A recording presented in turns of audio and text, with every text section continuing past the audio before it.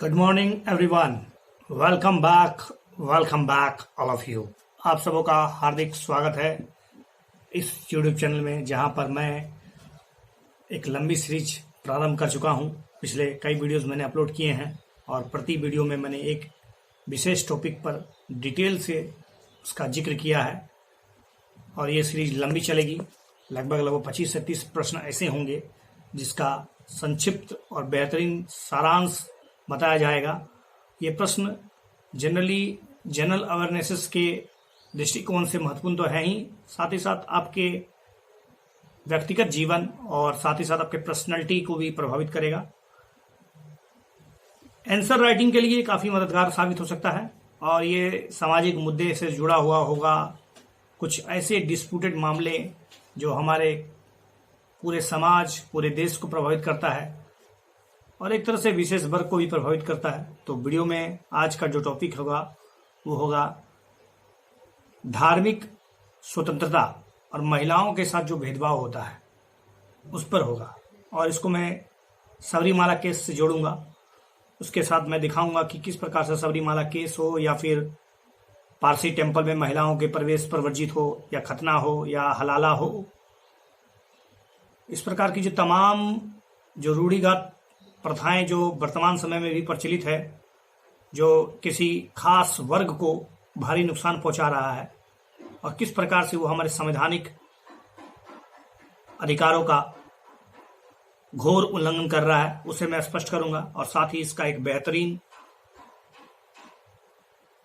विकल्प बताने की कोशिश करूंगा कि आखिर इसका क्या उपाय हो सकता है, इसके लिए क्या उपाय और आगे के रास्ते क्या हो सकते हैं ताकि समाज व्यवस्था भी बेहतर रहे और कानून और संविधान का भी सम्मान हो जाए।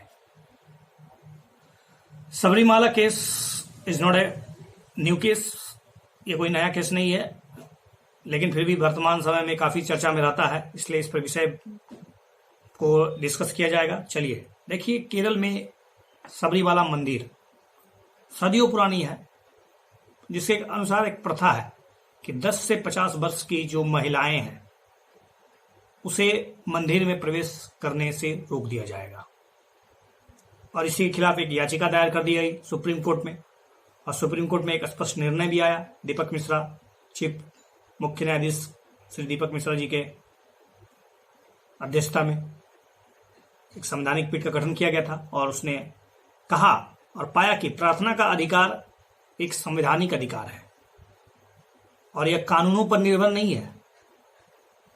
न्यायालय स्पष्ट कहना चाहता है कि सार्वजनिक स्थान पर निजी मंदिर जैसी कोई अवधारणा नहीं होती है। सार्वजनिक प्लेसेस सार्वजनिक, ये तो पब्लिक प्लेसेस है, आप इसको निजी के तौर पर व्यक्तिगत स्तर पर क्यों देखना चाहते हैं? इसलिए किसी लिंग या शरीर के विज्ञान यानी उसका जो साइकोलॉजिकल है या फिर कहे तो फिजियोलॉजी है, उसके आधार पर किसी के साथ भेदभाव क्यों किया जा सकता है और करने नहीं दिया जाना चाहिए। यह निर्णय देश में नारीवादी आंदोलन को बढ़ावा तो देगा ही और एक तरह से महिलाओं को एक उत्साह प्रदान करेगा कि सुप्रीम कोर्ट उनके साथ है, न्यायालय उनके साथ है। देखिए, इसके पक्ष में कई तर्क दिए जा सकते हैं, उनमें से कुछ 5-6 तर्क ऐसे हैं जो बहुत ही संवैधानिक अधिकारों के मुद्दे से जुड़ा हुआ है। जैसे कि आपको पता है कि अनुच्छेद 14 जो कानून के समक्ष समानता की गारंटी देता है और ऐसे में इस प्रकार का कोई भी प्राचीन और रूढ़िवादी और परंपरा जो संवैधानिक विचारों को तोड़ रहा है, जनादेश के खिलाफ है, स्पष्ट रूप से इसे खत्म करना चाहिए। इसी के साथ अनुच्छेद 15 भी है जिसमें स्पष्ट रूप से कहा गया है संविधान में कि धर्म, मूल वंश, जाति, लिंग या जन्म स्थान के आधार पर किसी के साथ कोई भेदभाव नहीं किया जा सकता है। तो फिर मंदिर में महिलाओं के प्रवेश पर प्रतिबंध अनुच्छेद 15 का स्पष्ट रूप से हनन है। साथ ही यह अनुच्छेद 25 आर्टिकल 25 जो है उसके भी खिलाफ है, क्योंकि जिसमें धार्मिक स्वतंत्रता की बात की गई है उसकी धार्मिक स्वतंत्रता के अधिकार को भी सीमित करता है। तो महिलाओं के मंदिर में प्रवेश क्या आर्टिकल 14, 15, 17 का जो घोर उल्लंघन कर रहा है, ये कहां तक जायज है कि मंदिर में महिलाओं का निषेध या प्रवेश पूरी तरह से महिलाओं के उसके जैविक संरचना और उसके नारीत्व के आधार पर लिया गया है और यह निर्णय जो समाज में महिला को उसके नारीत्व के कारण अपमानजनक स्थिति प्रदान करता है, यह अनुच्छेद 51 सब क्लोज 1 के खिलाफ भी तो है, जिसमें हम लोग पढ़े हैं। हमारे मूल कर्तव्य है कि ऐसा कोई भी विचारधारा या कोई भी ऐसा कंसेप्ट आप ना विकसित करें जिससे किसी खास वर्ग या खास करके महिला और बच्चों के खिलाफ हो।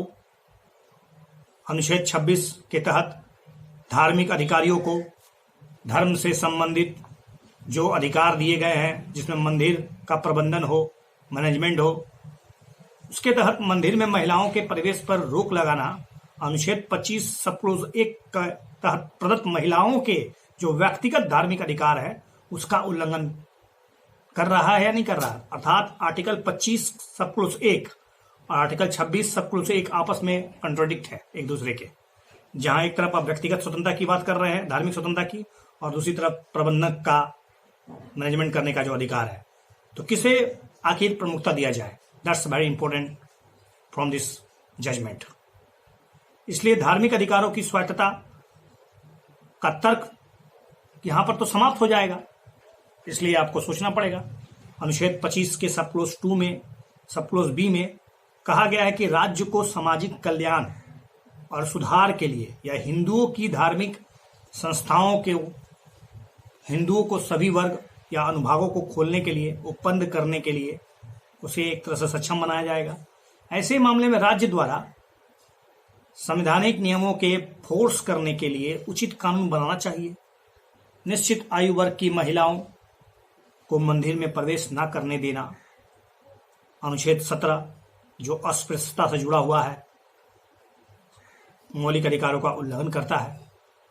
लैंगिक असमानता के तर्क के अलावा व्यक्तिगत स्वतंत्रता का विचार भी तो यहां पर आता है, क्योंकि धार्मिक संस्थाओं के प्रबंधन के नाम पर अगर कुछ लोग धार्मिक अधिकारों का एकाधिकार स्थापित कर दे तो ये आपके बपोती के कारण, आपके मोनोपोली के कारण किसी व्यक्तिगत किसी विशेष वर्ग का तो उसकी स्वतंत्रता का तो हनन हो रहा है। विचरण करने की स्वतंत्रता, कहीं भी घूमने की स्वतंत्रता और व्यक्तिगत स्वतंत्रता के विचार को एक तरह से रोका जा रहा है। सामाजिक दृष्टिकोण से किसी भी क्षेत्र में इस तरह की प्रतिकूल प्रथाएं बोगस लगती है, जिससे एक तरह से अनिवार्य रूप से मानसिक तनाव पैदा होता है। मानव क्षमता के प्राकृतिक विकास इससे रुक जाते हैं। तो हालांकि इसके विरोध में भी तर्क हैं जो एक तरह से बहुत ही ठोस है कि मंदिर में महिलाओं के प्रवेश पर अक्सर विरोध में जो तर्क दिया गया है कि देखिए, धर्म और सामाजिक प्रथाएं एक दूसरे से को रिलेटेड है, इसलिए महिलाओं के प्रवेश पर रोक लिंग असमानता के मुद्दे के रूप में नहीं है, बल्कि एक ऐसे धार्मिक अभ्यास के रूप में देखा जाना चाहिए जिसका पालन लोगों द्वारा सदियों से किया जा रहा है। अगर आप कुछ सदियों से गंदे काम कर रहे हैं तो उसे वर्तमान में करने दीजिएगा। ये तो बेहतर कुतर्क है। इस तरह के धार्मिक अनुष्ठानों के साथ छेड़छाड़ नहीं किया जाना चाहिए। It's not a good thinking about it. I am notly totally unagree about it. Disagree है, मैं डिसएग्री करता हूँ इस स्टेटमेंट से। फिर भी मैं ये कहना चाहता हूँ कि कुछ प्रथाएं और कुछ रीति रिवाजें जो हजारों सालों से चली आ रही है और उसमें अचानक परिवर्तन तो संभव नहीं है। सामाजिक परिवर्तन बहुत धीमा होता है। कुछ धार्मिक प्रथाओं और कुछ मिथक एक पीढ़ी से दूसरी पीढ़ी तक ट्रांसफर कर दिया जाता है, हस्तांतरित किया जाता है, जैसे कि गुणों का ट्रांसफर होता है। कुछ मिथक और कुछ जो परंपराएं हैं उसे भी माँ बाप से बच्चों में डाल दिया जाता है ताकि विशेष देवता या भगवान को मूल अवतार में याद करते रहे हम लोग। इसलिए इस तरह के विश्वास या प्रथा की जो प्रामाणिकता है उसको बनाए रखने के लिए प्रयास तो लगातार जारी रहना चाहिए। क्या यह सही है? ये किसी की धार्मिक विशेषताओं को और किसी के आस्थाओं को ठोस चोट पहुंचाने वाला कोई उद्देश्य नहीं है। कुछ प्रथाएं और विश्वास ऐसे हैं जिन्हें बेहतर फैसले के लिए धार्मिक निकायों पर छोड़ देना उचित माना गया है और उन्हें पूर्ण स्वतंत्रता दी जानी चाहिए कि इस पर वे किस रूप से निर्णय लेते हैं। उसी समाज से कुछ लोग निकल कर आए, ना कि कानून का जोर ऐसे विचारों पर हो। संविधान के अनुच्छेद 26 में स्पष्ट रूप से कहा गया है कि प्रत्येक संप्रदाय को अपने धार्मिक मामलों का प्रबंधन का मौलिक अधिकार दिया गया है। फाइनली, धार्मिक निकाय अपने अधिकारों के तहत ऐसे निर्देश को तो पारित कर ही सकते हैं कि किस व्यवस्था से पूजा पाठ होगी, किसे प्रवेश करने दिया जाएगा। ठीक है, तो ये एक तरह से प्रबंधन का मामला आता है जो आर्टिकल 26 में तो लिखा ही है। यह एक ऐसे विशेष धार्मिक मुद्दा है और इसे ज्यादा तूल देने की कोई जरूरत नहीं है, इसको ज्यादा मतलब बढ़ा चढ़ाकर प्रस्तुत करने की कोई जरूरत नहीं है। सबरीमाला मंदिर को एक ऐसे संस्थान के रूप में देखा जाए जहां केवल पुरुष ही प्रवेश करते हैं और करते आ रहे हैं। जिस प्रकार से बालक और बालिकाओं के लिए अलग अलग विद्यालय बनाए जाते हैं और बहुत से यहाँ पर मतलब हमारे यहाँ सिस्टम है जिसमें जैसे कन्या भोज में सिर्फ बालिकाओं को ही भोज क्यों खिलाया जाता है, ये भी तो एक तरह से आप सोच सकते हैं कि बच्चों के साथ या बालक वर्ग के साथ एक तरह से विभेद है, डिस्क्रिमिनेशन है। तो किस बेस पे आप डिस्क्रिमिनेशन कर रहे हैं? एक अन्य महत्वपूर्ण बात यह भी है कि सबरीमाला मंदिर के अंदर कोई ईश्वर नहीं है, बल्कि मंदिर के अंदर एक देवता है और देवता एक सामाजिक सांस्कृतिक ऊर्जा केंद्र के रूप में माना जाता है। देवता को सामाजिक सांस्कृतिक का एक केंद्र माना जाता है। और वहीं दूसरी तरफ अगर ईश्वर को देखा जाए तो वो तो सार्वभौमिक है, यूनिवर्सल है, सबके लिए है। देवता का एक कानूनी इकाई है, इसलिए इसे संवैधानिक अधिकार भी मिलता है, अर्थात देवता को कॉन्स्टिट्यूशनल गारंटीज है कि उसे प्रोटेक्ट किया जाएगा उसके विशेष अधिकारों का। तो सबरीमाला मंदिर के अंदर महिलाओं के प्रवेश के संबंध में धार्मिक अधिकारियों के द्वारा जो दावा किया गया है कि सबरीमाला मंदिर में प्रवेश करने की इच्छा रखने वाले किसी भी महिला ने अदालत में जाकर यह बात नहीं कही कि उनके अधिकारों का हनन हो रहा है। तो यदि अदालत महिलाओं के प्रवेश के पक्ष में नियम बना भी देती है तो भी भारतीय महिला धार्मिक रीति रिवाजों का सम्मान करना जारी रखेगी और स्वयं ही सबरीमाला में प्रवेश नहीं करेगी। यह तर्क गलत है। ऐतिहासिक रूप से बहुत से कानूनी सुधार आमतौर पर सामाजिक राजनीतिक परिवर्तन से पहले होते हैं। सती प्रथा को देख लीजिए, अस्पृश्यता को देख लीजिए, कई ऐसे पुरातन प्रथाओं के कानूनी तौर पर उन्मूलन में रातों रात सामाजिक परिवर्तन नहीं हुआ, इसके लगातार प्रयास किए जाए। कानून अक्सर एक संबंधित सामाजिक सांस्कृतिक विकास को केवल बल प्रदान करता है कि कानून है तो इसका थोड़ा डर हो, और कानून का डर जो होता है थोड़ा समाज में अच्छे काम करने के लिए एक तरह से मोटिवेट करता है, एक भय पैदा करता है।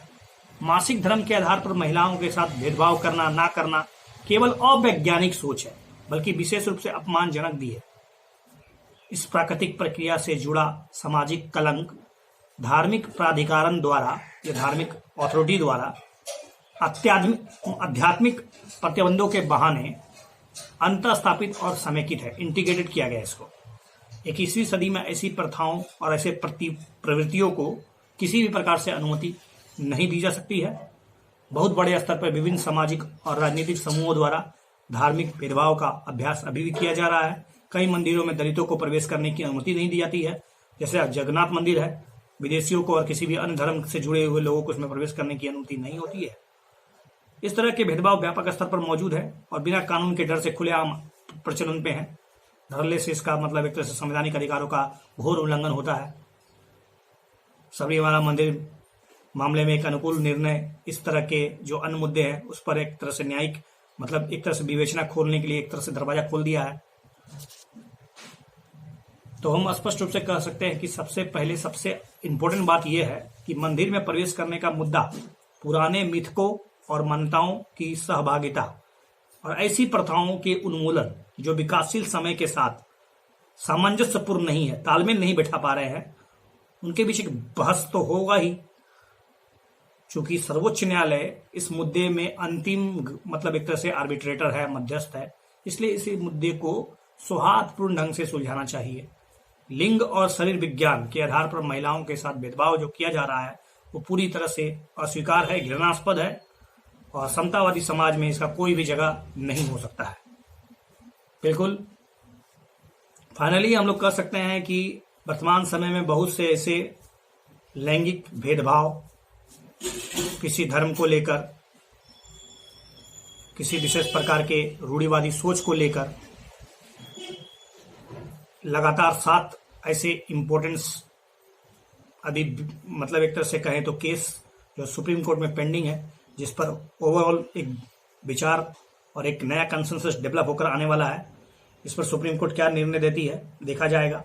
चाहे वो अगर किसी पारसी महिला का किसी गैर पारसी पुरुष से विवाह होता है तो उसे पारसी टेम्पल में या अग्नि टेम्पल में प्रवेश ना करने देना, खतना, हलाला, 3 तलाक का मुद्दा और इसी प्रकार के सबरीमाला केस से जुड़े हुए विभिन्न जो किसी विशेष वर्ग को आहत पहुंचाता है उससे जुड़ा हुआ है। इस पर क्या आखिर सुप्रीम कोर्ट का रुख है, जो पूरे तरह से एक लैंडमार्क होगा, जिसमें सुप्रीम कोर्ट इस पर निर्णय देगी। इस पर विचार आगे और किसी वीडियो में किया जा सकता है। Thank you for watching this video. If you love this video please share and subscribe my channel. Thank you.